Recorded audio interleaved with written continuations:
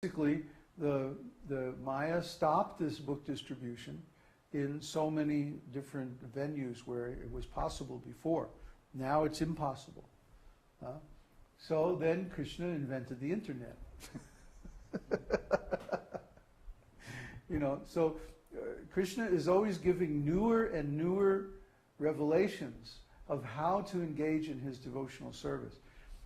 Srila Prabhupada used to really criticize his godbrothers for being conventional and conservative and not adopting new approaches, especially to reach the public. Why? Because the society is always changing. Oh, we had a really nice discussion about this the other day. How an ad that works for a particular product in the US would not work in Europe or in Mexico or India or someplace like that.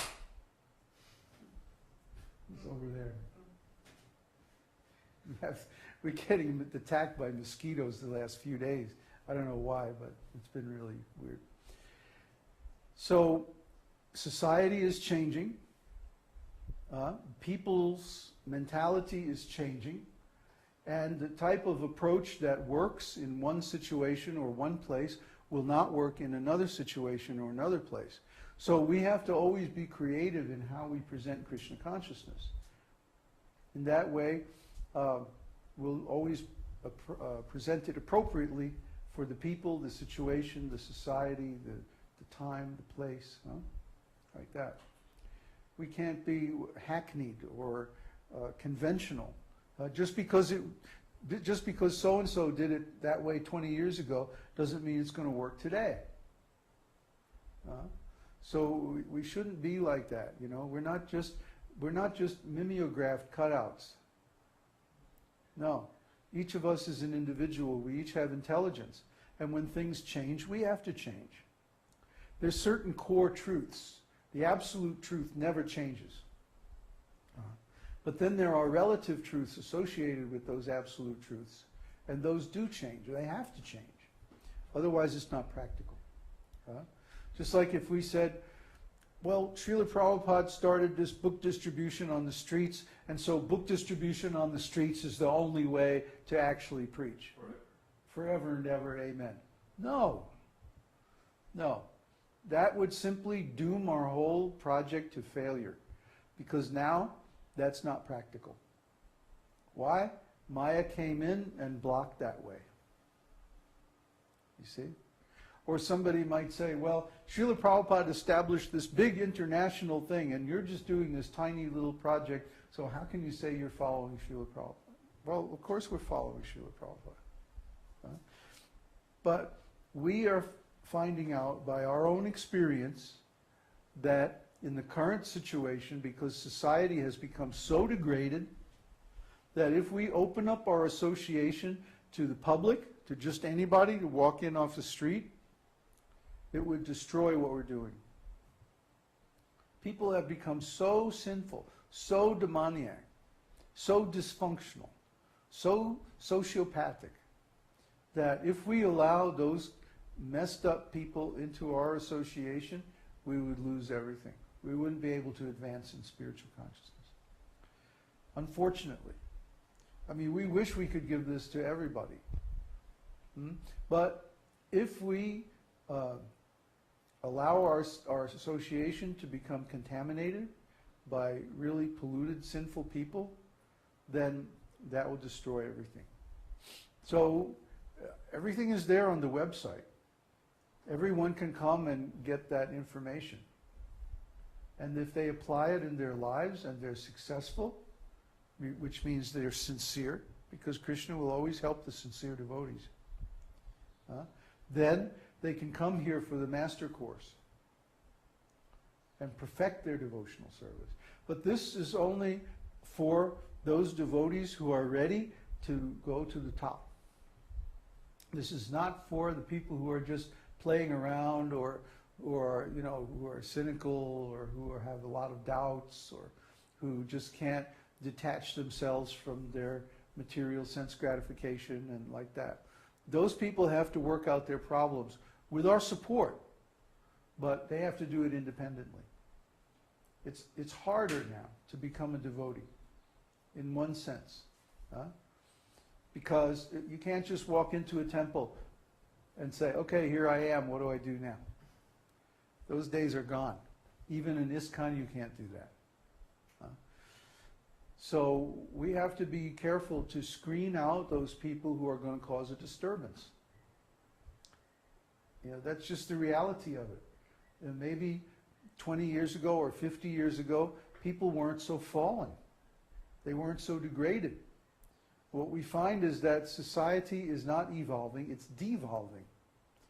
People are becoming stupider, more sinful, more contaminated, less intelligent, less able, more deceived and more deceptive also. So we can't just allow people to come into our close association on a whim, you know. They have to show that they're sincere, that they're dedicated, that they're willing to follow the process, and they actually have to make some progress, because that's the proof that they're sincere. Krishna will give them the realization, Krishna will give them the advancement, if they're really sincere. And then we accept. So, what am I doing on vacation? It's a secret project. Shh. I guess everybody will know sooner or later, but it's not time yet to announce it. There may never be time. It's a really secret project. Okay, what's the next? No more questions. Oh. From Swati. Please accept my humble obeisances, Babaji. Could you explain in detail how to observe our own consciousness? Oh boy, another one. How to get in a trance? How could I explain? Could I explain how to roller skate or how to ride a bicycle? Can I explain how to? Yeah, how to be. That's a good one. Or how to walk a tightrope. How can I explain? I could write all kinds of equations on, you know, the physics of the bicycle and so on and so on. But when you can know all those equations backwards and forwards, but when you get on a bicycle for the first time, boom. So there's always a difference between theory and practice.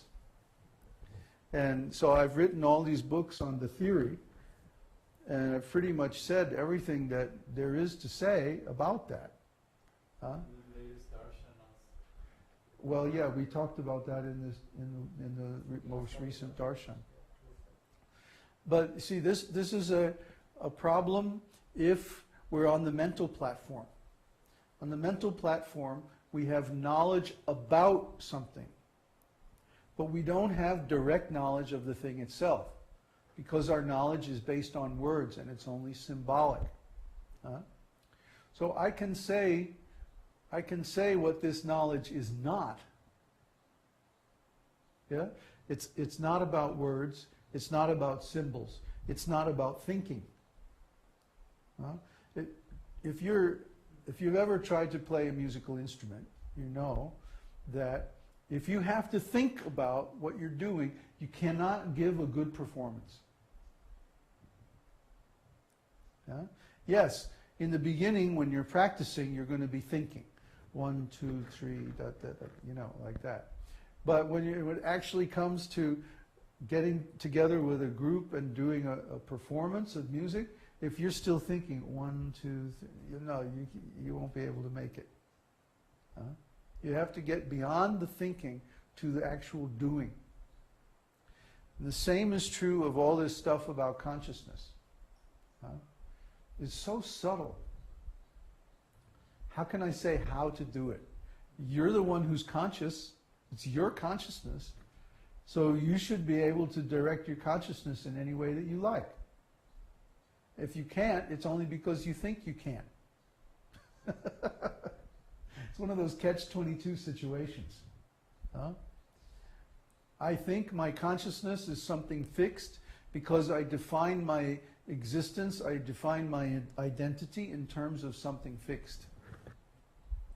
Like this body, or, you know, I'm born in such and such a family, or in this country, or in this religion, or some people are identified with their occupation, that I am a blank, you know, an engineer, or a pilot, or a fireman, or whatever.